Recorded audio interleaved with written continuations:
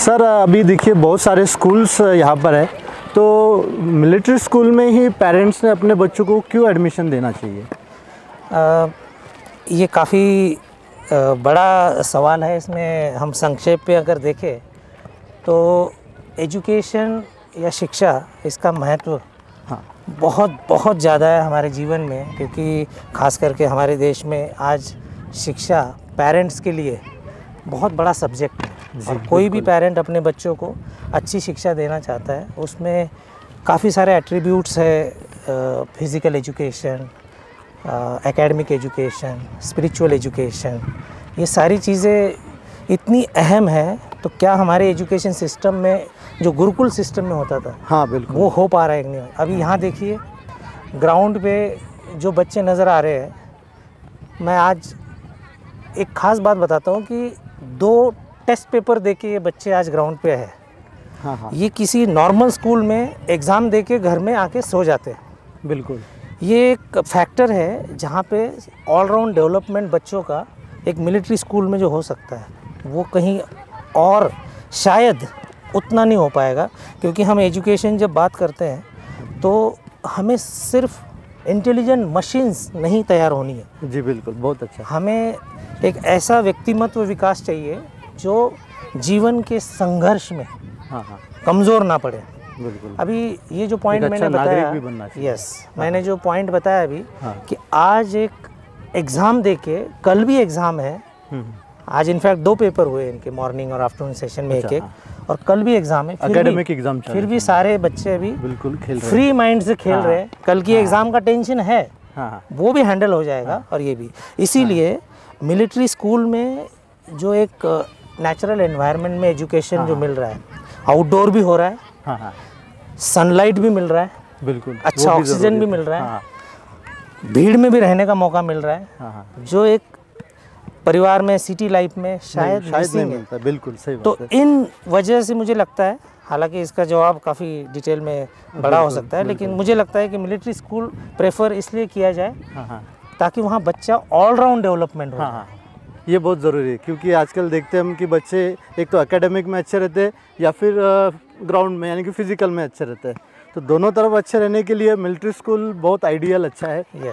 तो सर देखिए अभी यहाँ पे मिलिट्री स्कूल है, तो टोटल दिन में आपका किस तरीके का शेड्यूल होता है, यानी कि बच्चे सवेरे से शाम तक क्या क्या एक्टिविटीज़ करते हैं यहाँ पे? ये मिलिट्री स्कूल का जो शेड्यूल हमने बनाया है जी, अगर आप किसी भी मिलिट्री ट्रेनिंग एकेडमी का शेड्यूल देखिए, उससे थोड़ा सा मिलता जुलता करने की कोशिश की गई है। Very nice. Military training academies में एकेडमिक्स भी होता है, यानी इंडोर क्लासरूम्स होते हैं, और आउटडोर, उसका बैलेंस यहाँ इनके एज के हिसाब से बैलेंस किया गया है। जैसे मॉर्निंग में जल्दी उठना, 5 बजे उठते हैं, 6 बजे आपको ये पीटी में मिलते हैं, 6 से 7:30 तक इनका पीटी का वेरियस एक्टिविटीज़ कवर होता है। उसके बाद ये ब्रेकफास्ट करते हैं, तैयार होते हैं, और 9 बजे असेंबली के लिए आ जाते हैं। अच्छा, मतलब इनकी दिन की शुरुआत ही बहुत फ्रेश माइंड से हो जाती है। तो फिजिकल एक्सरसाइज हो रही है, खुली हवा में आ रहे हैं, और जल्दी उठ रहे हैं। खास करके ये पॉइंट तो इनका जो फिजिकल एक्टिविटी करने के लिए कोई यहाँ पे मतलब स्पेशल टीचर्स हमारे पास एक्स सर्विसमैन ट्रेनिंग इंस्ट्रक्टर्स है, कुछ क्वालिफाइड स्पोर्ट्स इंस्ट्रक्टर्स है, और मैं खुद कमांडेंट, एक रिटायर्ड आर्मी ऑफिसर हूँ सुपरविजन में। तो और उसके अलावा हमारे पास एकेडमिक्स के लिए बहुत क्वालिफाइड टीचर्स है।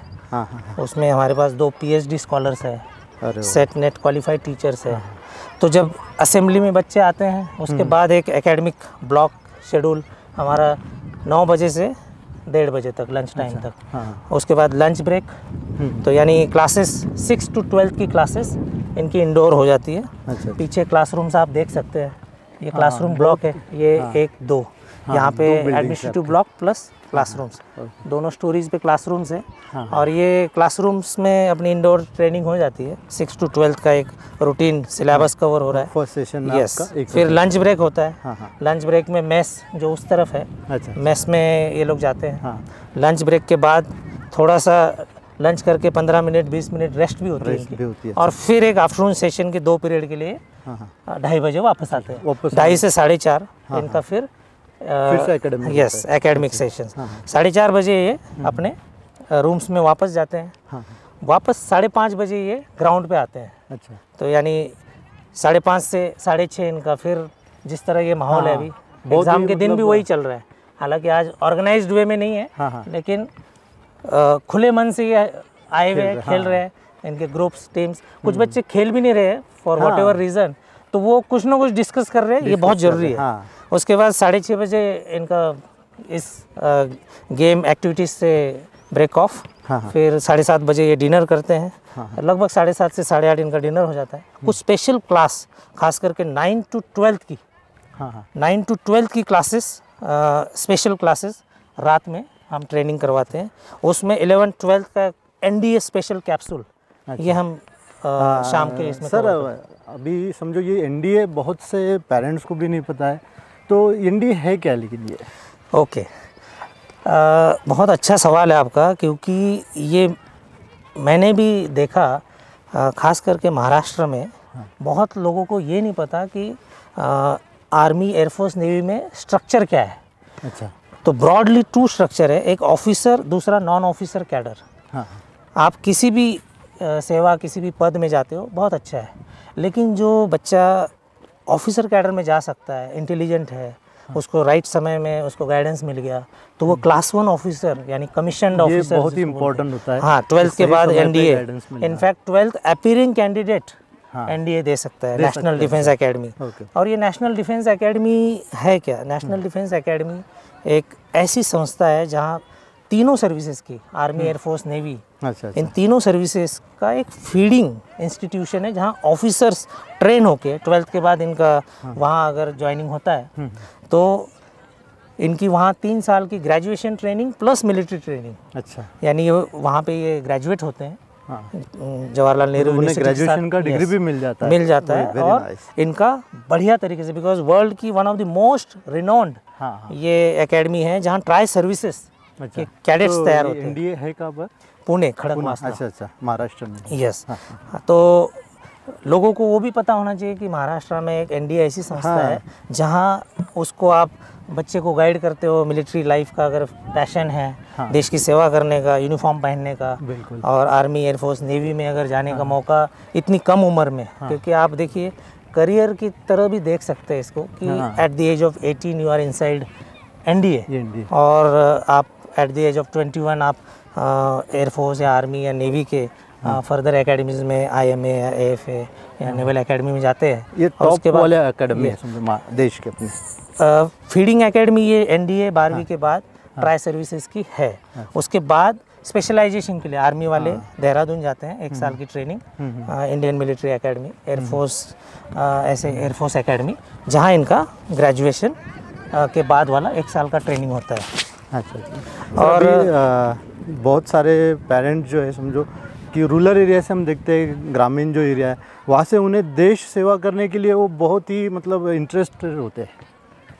तो मतलब अभी अपने यहाँ पे जो स्टूडेंट्स आते हैं तो क्या ये सभी सिटी एरिया से आते हैं या फिर सब तरफ के?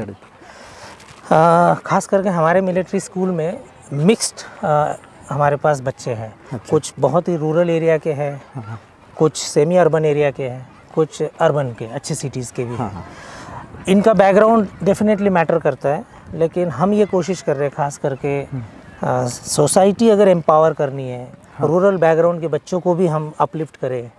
पूरी फैमिली अपलिफ्ट होती है अगर NDA में कोई बच्चा जाता है, ऑफिसर होता है, क्लास 1 ऑफिसर होता है, तो पूरी फैमिली को एक बूस्ट मिलता है, बिल्कुल फाइनेंशियल सपोर्ट मिलता है, और एक प्राइड एंड ऑनर भी मिलता है कि हमारा बच्चा देश सेवा में, सपना भी होता है। यस, तो उस एंगल से अगर कोई डॉक्टर, इंजीनियर भी बनना चाहे वो भी ठीक है, लेकिन पहले हमें एक परिपूर्ण इंसान बनाना है। बिल्कुल। तो शायद मिलिट्री स्कूल में, हमारे मिलिट्री स्कूल में हम उन चीज़ों पे भी जोर दे रहे हैं कि कल के ये कॉन्फिडेंट नागरिक रहे, सिंसियर नागरिक रहे, ऑनेस्ट नागरिक रहे, जहाँ भी रहेंगे ये देश की सेवा करेंगे। ये सबसे पहले उनके माइंड में यही आएगा कि भाई देश के लिए कुछ तो भी करना है, चाहे वो सिविल हो या फिर मिलिट्री हो। अच्छा। तो सर अभी यहाँ पे आप NDA के प्रिपरेशन कैसे कर लेते हो? अच्छा, नेशनल डिफेंस एकेडमी पहले तो 3 हिस्सों में इनका जो सिलेक्शन प्रोसेस है। फर्स्ट है UPSC रिटन एग्ज़ाम लेता है साल में 2 बार। तो तो जनरली अप्रैल और सितंबर में साल में 2 बार एग्ज़ाम में 2 बार एग्ज़ाम। यस, बहुत ही राइट एज में आपको ये एग्ज़ाम देना है। अच्छा। उसके बाद रिटर्न एग्ज़ाम यूपीएससी ने लेने के बाद जो स्क्रीन्ड कैंडिडेट्स है जो रिकमेंड हो गए रिटर्न में, उनका नेक्स्ट स्टेज है 5 डेज का सर्विसेज सिलेक्शन बोर्ड इंटरव्यू, तो पहले एसएसबी इंटरव्यू रिटर्न होने के बाद का। यस, तो एसएसबी इंटरव्यू जो है वो काफ़ी एक अलग चीज़ है जो शायद किसी और एग्ज़ाम में है नहीं। अच्छा अच्छा। वहाँ पे पर्सनैलिटी स्क्रीन होती है। पर्सनैलिटी स्क्रीन होना मतलब कुछ officer like qualities, 15 officer like qualities listed है। अच्छा, जो कुछ खास नहीं है। अगर मैं समराइज़ करना चाहूँ तो उनको हम संक्षेप में बोल सकते हैं कि क्या आप कंस्ट्रक्टिव नेचर के हैं, और क्या आप पॉजिटिव आउटलुक रखते हो, कॉन्फिडेंट आउटलुक रखते हो, मतलब बच्चों की विचारधारा भी देखी जाती है। तो उसमें साइकोलॉजिकल टेस्ट है, ग्रुप टेस्ट है और इंटरव्यू, 1-to-1 इंटरव्यू। ऐसे 3 एंगल से आपके 15 ऑफिसर लाइक क्वालिटीज़ एक 5 दिन की स्क्रीनिंग से आपको चेक किया जाता है। ये हो गया सेकंड स्टेज जो कि टफ है। और थर्ड है आपका मेडिकल।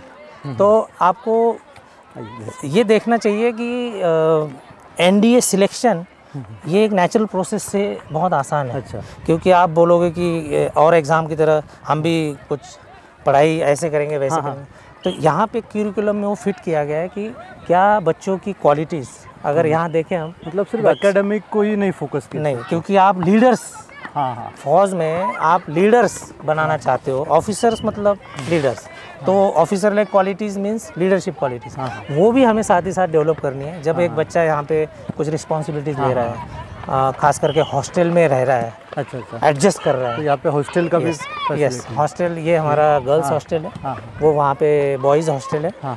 तो गर्ल्स हॉस्टल, बॉयज़ हॉस्टल, इनका एक अपना एडजस्टमेंट हॉस्टल लाइफ में आके 2-4 महीने लगते हैं एडजस्ट होने में, और एक टीम में रहना। अभी आप देखिए यहाँ कबड्डी हो रहा है बच्चों के, अभी ये लड़कियाँ है, कबड्डी हो रहा है। अभी ये जो स्पिरिट है ये फौज के लिए बहुत बिल्कुल लीडरशिप भी डेवलप हो जाता है। अभी स्पोर्ट्स किस लिए है? स्पोर्ट्स आपके कुछ क्वालिटीज़ को बढ़ावा देने के लिए, team spirit, fighting spirit, adjustment. आपको आज अगर हार भी गए तो कोई बात नहीं, कल आके जीत लेंगे। के बारे में भी बहुत बच्चों को पता चलता है। तो एनडीए का हमारा जो प्रिपरेशन चल रहा है उसमें एनडीए की रिटर्न के लिए क्लासेस हो रही है, और इंटरव्यू जो एसएसबी इंटरव्यू है उसका भी प्रिपरेशन हम बच्चों का इन एक्टिविटीज़ से होता है, करवा रहे हैं। क्योंकि वो एक दिन में नहीं हो सकता। नहीं बराबर। आप किसी भी मिलिट्री स्कूल का करिकुलम देखेंगे तो आपको उसमें ये शेड्यूल मिलेगा, और तभी बच्चे आसानी से इंटरव्यू क्लियर कर सकते हैं। आप देखिए जो लोग बाद में रिटर्न क्लियर कर लेते हैं लेकिन उनको ये सब पता नहीं है ऑफिसर लाइक क्वालिटीज़ क्या होती है, वो इंटरव्यू स्टेज पे फिल्टर हो जाते हैं। अच्छा। लेकिन एक मिलिट्री स्कूल का बच्चा इंटरव्यू स्टेज पे बहुत नेचुरली फिट हो जाता है, पास होने का, रिकमेंड होने का चांस बढ़ जाता है। और more than that, military school से निकला हुआ बच्चा एटलीस्ट अगर वो किसी कारण से मेडिकल या एसएसबी या रिटर्न में रह जाता है, एटलीस्ट वो बहुत बढ़िया इंसान बनेगा। हमारी जैसे मेस है, ये आप देखिए, मेस का एक फौज में जाएगा तो वो भी मेस में जाएगा। यहाँ पे भी डिसिप्लिन, यहीं से उसकी एक फौजी लाइफ शुरू हो गई है। डिसिप्लिन में, टाइमिंग्स में ही आके खाना है। ये तो बहुत, उन्हीं टाइमिंग्स को फॉलो करते हैं। कैसा होता है कि मम्मी आराम से चलता है। सबसे इम्पोर्टेंट, मेनू बच्चा नहीं डिसाइड करेगा।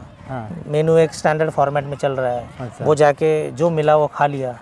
लेकिन पौष्टिकता है, न्यूट्रिशियस फूड है, लेकिन बच्चों को एक अच्छी हेल्थ के लिए, खास करके अभी कोविड के बाद देखिए हमें ये समझ में आ गया कि health is of Paramount importance. और बच्चे यहाँ फिजिकली जो डेली खेल रहे हैं उनका आप हेल्थ देखिए, नेचुरली ये बहुत बढ़िया इम्यून सिस्टम रहेगा, बिल्कुल अच्छा बॉडी स्ट्रक्चर रहेगा, जैसा हम बोलते हैं कि अच्छा रहेगा, तो physical and mental. Yes, sound mind lives in sound body. Yes, स्वास्थ्य अगर आपका अच्छा है तो आप कुछ भी जो डिसाइड करते हो वो हासिल कर सकते हैं। तो हमारा अभी एनडीए प्रिपरेशन जो है ऐसा ऑल राउंड हो रहा है, साइमल्टेनियस कुछ एक्टिविटीज़ हो रही है। तो ये बच्चों को शायद धीरे धीरे इनकी इम्प्रूवमेंट खुद को भी नहीं पता चलेगी। लीडरशिप क्वालिटीज़ डेवलप होगी, कुछ सोशल क्वालिटीज़ ज़रूरी है, क्योंकि आप फौज में जाएंगे, आप घर से दूर रहते हैं, लोगों के बीच में रहते हैं, तो वहाँ जीना, लोगों को लीड करना, फाइटिंग स्पिरिट डेवलप करना बहुत इंपॉर्टेंट। बिल्कुल। ये हमारा गर्ल्स का हॉस्टल, सेपरेट हमारे गर्ल्स के हॉस्टल काफ़ी बड़ा हॉस्टल है। गर्ल्स के हॉस्टल की डिसिप्लिन, उनके स्ट्रिक्ट रूल्स, अच्छा, बच्चियों का मतलब हर कहीं आपका रूल्स रेगुलेशन बच्चों को फॉलो करना है। यस, क्योंकि मिलिट्री का बेसिक बुनियाद ही डिसिप्लिन है। डिसिप्लिन है, बच्चों को अभी अगर हम डिसिप्लिन नहीं सिखाएंगे तो फौज के लिए वो फिर अनफिट है। बिल्कुल। तो यहाँ से पहला पॉइंट अगर कोई पॉइंट आउट करे कि क्या सीखना है तो डिसिप्लिन, जो कि जीवन में सबके जीवन में, सभी के जीवन, फौजी की ही नहीं, चाहे सभी वो जीवन सिविलियन में अगर हम देखते हैं डिसिप्लिन अगर नहीं है तो फिर वो सक्सेस नहीं मिल पाता यस है। यस। तो सर एक मुझे एक पूछना था कि जैसे आप एनडीए के लिए स्टूडेंट्स प्रिपेयर करते हैं, तो इसके अलावा भी आप बच्चों को गाइड करते हैं या प्रिपेयर करते हैं, जैसे कि JEE होता है या नीट होता है, तो इनका भी आपके पास यहाँ पे कुछ तरीके का प्रोग्राम है या नहीं? हम लोगों का प्राइम एम तो एनडीए प्रिपरेशन है, लेकिन कुछ बच्चों का किसी कारणवश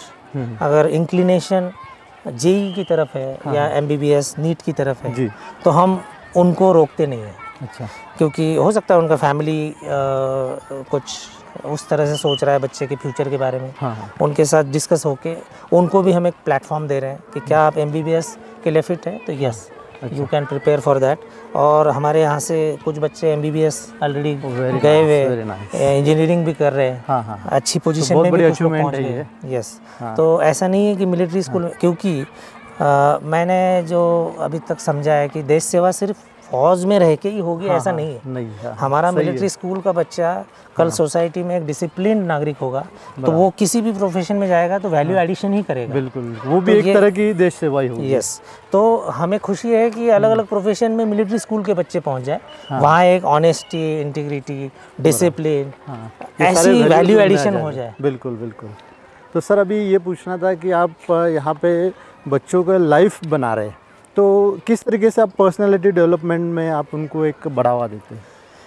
कुछ एग्जांपल्स मैं देता हूँ। पर्सनालिटी डेवलपमेंट एक ब्रॉड इशू है, लोग काफ़ी आसानी से उसको बस देखना चाहते हैं, लेकिन अभी आप देखिए बच्चों के कुछ हमारे appointments, boys hostel, boys hostel में भी हमने अभी पर्सनालिटी डेवलपमेंट का ही अंग यहाँ पे ले लेते हैं। अच्छा, कि 3 फ्लोर है, तीनों फ्लोर पे फ्लोर कैप्टन्स अलग अलग है। अच्छा, इसके अंदर रूम्स है, हर रूम का कैप्टन है एक। ओके। और कुछ अपॉइंटमेंट्स रोटेशन करते हैं। तो इन अपॉइंटमेंट्स में जब बच्चा ड्यूटी कर रहा है तो वो एक एक्स्ट्रा ड्यूटी कर रहा है, सिर्फ बुक की पढ़ाई नहीं हो रही, पढ़ाई छोड़ के अलग का। Yes, sense of responsibility develop होती है कि मैं रूम कैप्टन हूँ, मुझे शाम को ओके रिपोर्ट देना है। हमारे में से कोई बच्चा कम है, छुट्टी गया है या सिक रिपोर्ट किया है, उसकी रिपोर्टिंग वो करता है। अच्छा। तो एक सेंस ऑफ रिस्पॉन्सिबिलिटी उसके पास है। तो एक छोटा सा पॉइंट हमारे एक एक्टिविटीज से, जैसे स्पोर्ट्स से कुछ हो रहा है, एक फैमिली में एक हेड होता है, प्रमुख होता है, उसी तरीके से उनमें ये स्किल आ जाता है। यहाँ पे न्यूज़पेपर्स रखे हैं या टीवी टाइमिंग्स स्ट्रिक्ट है, हर चीज़ में उनकी एक पर्सनैलिटी शेप हो रही है, जनरल नॉलेज बढ़ रहा है। हमने कुछ लेक्चरेट सेशन इवनिंग्स में ऑर्गेनाइज किए। अच्छा। जैसे ग्राउंड पे भी कुछ बच्चे ग्रुप में जब बैठते हैं तो वो डिस्कस करते हैं। तो डेफिनेटली एक कॉलोनी में बैठा बच्चा या सोसाइटी में बैठा बच्चा, उससे इनका डिस्कशन लेवल बहुत हटके रहेगा। तो ये फील्ड वाला discussion, general knowledge related discussion, या इंडिया लेवल पे बच्चे जब इनका कॉन्फ़िगरेशन देखे, बैकग्राउंड देखे, अलग अलग है, तो उनका डिस्कशन का लेवल अलग है। ये भी एक पर्सनैलिटी डेवलपमेंट, एक्सपोजर का भाग है। बिल्कुल। लेक्चरेट्स होते हैं, ग्रुप डिस्कशन होता है, हमारे पास गेस्ट लेक्चर्स आते हैं। अच्छा। तो गेस्ट आते हैं जिनके स्पेशल लेक्चर्स रखते हैं, उनके द्वारा कुछ उनके एक्सपीरियंसेस, मोटिवेशन, कुछ उनके अपने ओन एक्सपीरियंसेस के थ्रू केस स्टडीज़, ये सब चीज़ें यहाँ डिस्कस होती है। और एक अहम भाग जो ड्रिल होता है हमारा, ड्रिल की प्रैक्टिस। जैसे अभी ये मिलिट्री स्कूल है तो ड्रिल बहुत इम्पोर्टेंट हो जाता है। तो ड्रिल एक रेगुलर हमारा करिकुलम का भाग है, जहाँ पे क्योंकि फौज में यूनिफॉर्म आ गया, बेल्ट आ गया, शूज़ आ गया, कैप आ गई, तो आपका एक बियरिंग चेंज हो गया। बिल्कुल। तो यहाँ 6th क्लास से ही बच्चों का बियरिंग चेंज होता है। इन्हें भी मिलिट्री जैसा ही यूनिफॉर्म होता है। यस, वैसा ही यूनिफॉर्म है। इनको आप देखोगे यूनिफॉर्म में तो आपको भी लगेगा अरे तो फौजी है, मतलब ये छोटे फौजी है। यस, छोटे फौजी है, कल के फौजी है। और डिसिप्लिन्ड लगते हैं। जैसे ही बेल्ट उन्होंने पहन ली, उनका बॉडी लैंग्वेज बदल जाता है। तो ये सब चीज़ें पर्सनालिटी डेवलपमेंट में उनको काम आती है। तो बहुत ही अच्छा है सर, यानी कि अगर किसी स्टूडेंट्स का एम होगा कि भाई देश सेवा करना है तो मिलिट्री स्कूल ऐसा ऑप्शन बहुत ही अच्छा है। यस, अभी हम जैसे लास्टली अगर हम देखें अपने स्कूल के बारे में, यहाँ से हम देखते हैं तो पूरा स्कूल का व्यू नज़र आ रहा है। 30 एकर्स प्लस लैंड है, खुली जगह है, मैदान हर तरह का चीज़ कैटर कर रहा है। कुछ ऑब्स्टेकल्स भी बने हुए हैं, games volleyball, basketball, handball, football, hockey, सभी गेम्स हो रहे हैं। कबड्डी, खो खो, सब गेम्स यहाँ पे हो रहे हैं। उसके अलावा एकेडमिक्स हो रहा है, रेगुलर स्कूल एंड कॉलेज भी हो रहा है। उसके अलावा जो ड्रिल है या पीटी है या गेम्स है, हमारे कुछ प्लेयर्स नेशनल्स तक गए। अरे वाह। और हर गेम में हमारा रिप्रेजेंटेशन बहुत अच्छा है। इनफैक्ट लास्ट 18-19 ईयर्स में हमारे स्पोर्ट्स का बहुत अच्छा परफॉर्मेंस है। एंटायर डिस्ट्रिक्ट में कमेंडेबल लेवल पे हमेशा रहते हैं। अभी अंडर 14 की कुछ बच्चियाँ फुटबॉल में सेकंड थी, मतलब रनर अप थी। अभी कुछ बच्चे, इतना बढ़िया ग्राउंड है यहाँ पे, तो डेफिनेटली देश के लिए बहुत ही अच्छे खिलाड़ी यहाँ से बन सकते हैं। क्योंकि स्पोर्ट्स जीवन में आपको संघर्ष सिखाता है, और हार भी पचाने की ताकत देता है। फॉर एग्जांपल आज सोसाइटी में जो चैलेंजेस है वो है लोगों का मानसिक जो बल है वो कमज़ोर है, क्योंकि उनका इंटरेक्शन नहीं है, एक्सपोजर नहीं है। अभी ये बच्चे अगर सारे एक दूसरे के साथ रह के जो क्वालिटी सीख रहे हैं तो इनको फाइटिंग स्पिरिट अपने आप डेवलप हो रहा है। ये घर के प्रोटेक्टेड शेल्टर में नहीं है, ये एक ऐसे स्टैंडर्ड फॉर्मेट में है जहाँ एडजस्ट कर रहे हैं, सीख रहे हैं, डिपेंडेंट हो जाते हैं। ये सेल्फ रिलायंट, जो हम देश की आत्मनिर्भरता की बात कर रहे हैं, यहाँ एक इंसान आत्मनिर्भर होना बहुत जरूरी है। तो शायद मिलिट्री स्कूल में ही होगा। तो आत्मनिर्भरता अगर देश की हो रही है तो क्या हमारे नागरिक आत्मनिर्भर होनी चाहिए कि नहीं होनी चाहिए? बिल्कुल होनी चाहिए, तभी जाके नागरिक से ही बनता है। तो शायद ऐसे स्कूल क्यूरिकुलम से ही देश का आत्मनिर्भर वाला मिशन बहुत बढ़िया लेवल पे पहुंच सकते हैं। तो मुझे उम्मीद है आपको कुछ हद तक मैं समझा पाया। बहुत ही अच्छी जानकारी मिल चुकी है, क्योंकि बहुत सारे पेरेंट्स को पता ही नहीं होता है कि मिलिट्री स्कूल में एडमिशन लेना या फिर जो हमारे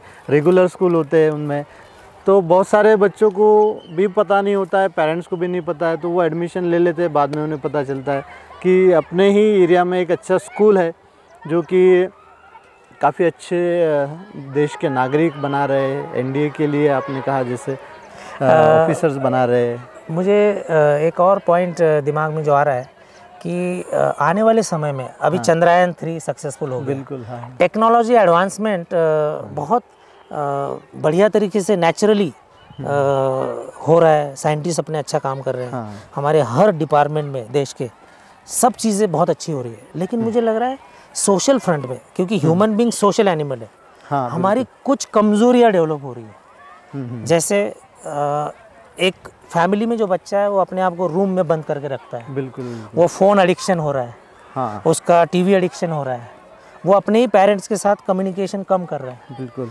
रिलेटिव्स के साथ कम्युनिकेशन कम कर रहे हैं। सोसाइटी में मिक्सअप। यस, लेकिन ये समस्याएं आगे सॉल्व कैसे करेंगे? तो शायद बचपन ही ऐसा फेज़ है, खास करके जो 6 ऑनवर्ड्स टिल 12th, जो हमारे यहाँ 6 to 12th का है। अच्छा, यहाँ पे क्लासेस समझो 6 क्लास से एंट्री है। 12th तक यहाँ पे एजुकेशन है। तो एनडीए 12th में होता है। यहाँ से हम चाहते हैं आइडियली हर बच्चा एनडीए में पहुँच जाए। यानी कि आप 6ठी क्लास से ही उनको एक एनडीए की तरफ प्रिपरेशन शुरू कर देते हैं। तो मुझे वैयक्तिक रूप से ऐसा लगता है कि आने वाले समय में हमें एज अ सोसाइटी चैलेंजेस जो है वो शायद डेवलपमेंट रिलेटेड, टेक्नोलॉजी रिलेटेड नहीं है, लेकिन मानसिक दृष्टिकोण से देखा जाए तो हमें अपने आप को कैसे हैंडल करना है। वो बहुत बड़ी समस्याएं तैयार हो रही है। लोग सुसाइड्स इजीली कर लेते हैं, छोटी छोटी समस्याओं के सामने हार मान जाते हैं। भी बहुत कम हो चुका है अभी। कहीं कहीं यही रीज़न है कि बच्चे बहुत ओवर प्रोटेक्टेड हो गए, उन पे हम भरोसा कम कर रहे हैं, उनको हम अपने से दूर रख के टेस्ट नहीं कर पा रहे हैं। बिल्कुल। तो शायद मिलिट्री स्कूल में जो बच्चा आएगा वो कॉन्फिडेंट रहेगा, समस्याओं का हल निकालना सीखेगा। बिल्कुल। और एक ओपन एंडेड या ओपन माइंड से लाइफ जिएगा। बिल्कुल। तो आत्मनिर्भरता उस इंडिविजुअल की भी आएगी और वो सोसाइटी में भी शायद बहुत अच्छा कंट्रीब्यूट कर पाएगा। क्योंकि हम देखते हैं कि कुछ पेरेंट्स शायद इसका ऑप्शन सोचेंगे, उनके लिए अच्छा है। कुछ की अगर मजबूरियाँ भी है तो मैं ये ज़रूर कहूँगा कि अगर आप मिलिट्री स्कूल में भेज सकते हैं तो बहुत बढ़िया। मिलिट्री स्कूल में अगर आपका बच्चा नहीं आ सकता है किसी कारणवश, तो आप घर में भी उनको ऐसा माहौल देने की कोशिश करिए कि वो बच्चा आउटडोर एक्टिविटीज़ में रहे, ज़्यादा रहे। सिर्फ बुकिश या किताबों के अंदर घुस के जीवन का पूरा रूप नहीं हैंडल हो सकता। तो मुझे लगता है कि हमारी मिलिट्री स्कूल में हम पूरी कोशिश कर रहे हैं ये सारे गुण देने की, जहां वो अपने जीवन में सक्सेसफुल रहे, अच्छा फैमिली मेंबर बने, फ्यूचर का अच्छा नागरिक बने और सोसाइटी को एक बड़े रूप से देखे, एक छोटे लेवल पे ना देखे, उनको बड़े लेवल पे देखने का हम लोग कोशिश कर रहे हैं।